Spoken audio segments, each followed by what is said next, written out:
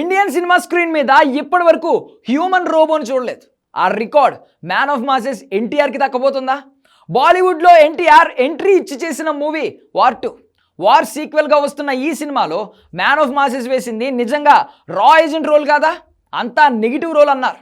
Villainism చూపించబోతున్నాడు అన్నారు. కానీ ఆ సినిమా కాస్ట్యూమ్ డిజైనర్ ఎన్టీఆర్ పాత్రని బై మిస్టేక్ లీక్ చేశాడు. తనది హ్యూమనాయిడ్ రోల్ అని తేల్చాడు. అంటే మనిషి రూపంలో కనిపించే రోబోగా ఎన్టీఆర్ కనిపించబోతున్నాడా? అలా అయితే ఇలాంటి పాత్రే రోబో 2.0లో సూపర్ స్టార్ రజనీకాంత్ వేశాడు. కాబట్టి ఇండియన్ ఫస్ట్ హ్యూమన్ రోబో అని ఎన్టీఆర్ని అనలేం. అయితే ఇక్కడే పాత్రలో కథలో ట్విస్ట్ ఉంది.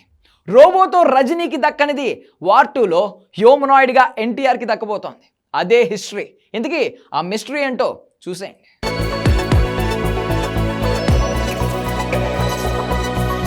మ్యాన్ ఆఫ్ మాసెస్ ఎందుకు వార్ 2 మూవీలో విలన్ రోల్ వేశాడో, కథలని పాత్రల్ని ఎంచుకోవడంలో ఎందుకు ఎన్టీఆర్ ప్రపంచ ముద్రో ఇప్పుడు తేలింది. RRRతో గ్లోబల్గా గుర్తింపు వచ్చాక, దేవరతో రాజమౌళి సెంటిమెంట్ బ్రేక్ చేశాక అసలు విలన్ రోల్ వేయాల్సిన అవసరం లేదు. బాలీవుడ్ ఆఫర్ ఎన్టీఆర్కి ఏమంత గొప్ప విషయమూ కాదు. అయినా వార్ 2 మూవీలో నెగిటివ్ రోల్ వేశాడు. హృతిక్ రోషన్తో స్క్రీన్ పంచుకున్నాడు. అక్కడే అంతా షాక్ అయ్యారు. తీరా చూస్తే టీజర్లో కూడా హృతిక్ డామినేషనే కనిపించేసరికి ఎన్టీఆర్ వార్ 2 మూవీ చేసి తప్పు చేశాడా అన్న డౌట్లు వచ్చాయి. కానీ ఈ సినిమా కాస్ట్యూమ్ డిజైనర్ బై మిస్టేక్లో లీక్ చేసిన విషయం వల్ల ఎన్టీఆర్ వార్ 2 మూవీ విషయంలో ఎంత పెద్ద ప్రపంచ ముదురో జనాలకు ఇప్పుడిప్పుడే అర్థమవుతుంది. ఏదో స్పెషాలిటీ లేదే పాన్ ఇండియా మార్కెట్ను షేక్ చేసిన తారక్ హృతిక్ మూవీలో విలన్గా కనిపించేందుకు ఒప్పుకోడు. It basic common sense. ఇదే అంతవరకు చాలామందికి అర్థం కాలేదు. ఇప్పుడు తేలిన విషయం ఏంటంటే ఇండియన్ సినిమాల్లో ఫస్ట్ టైం హ్యూమనాయిడ్ రోబో పాత్ర వేశాడట ఎన్టీఆర్.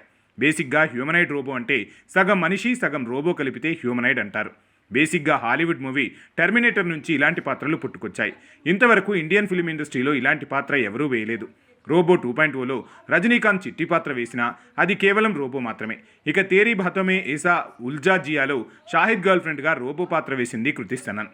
కానీ రజనీకాంత్, కృతి సనన్లు కేవలం రోబో పాత్రలే వేశారు. అయితే వార్ 2లో ఎన్టీఆర్ మాత్రం సగం రోబో సగం మనిషి కలగలిపిన హ్యూమనాయిడ్గా కనిపించబోతున్నాడు. ఓసారి టీజర్ చూస్తే అందరికీ ఈజీగా అర్థమయ్యే విషయం ఏంటంటే ఆ టీజర్లో ఎంతో ఎక్స్ప్రెసివ్ ఫేస్ అయినప్పటికీ ఎన్టీఆర్ ముఖ కవలికలు కాస్త బ్లాంక్గా మిషన్లా ఉంటాయి. హ్యూమనాయిడ్ పాత్ర వేయటం వల్ల తనకు డిజైన్ చేసిన కాస్ట్యూమ్స్ కోసం ఎంతో కష్టపడాల్సి వచ్చిందని కాస్ట్యూమ్ డిజైనర్ అనైతా ఫ్రాఫ్ అదాజానియా చెప్పడంతోనే అసలు విషయం బయటకు పొక్కింది. ఇందుక ఎన్టీఆర్ బాలీవుడ్ మూవీలో విలనీ రోల్ అయినా పర్లేదని ఒప్పుకున్నాడన్న మ్యాటర్ ఇప్పుడిప్పుడే అందరికీ కన్వే అవుతుంది.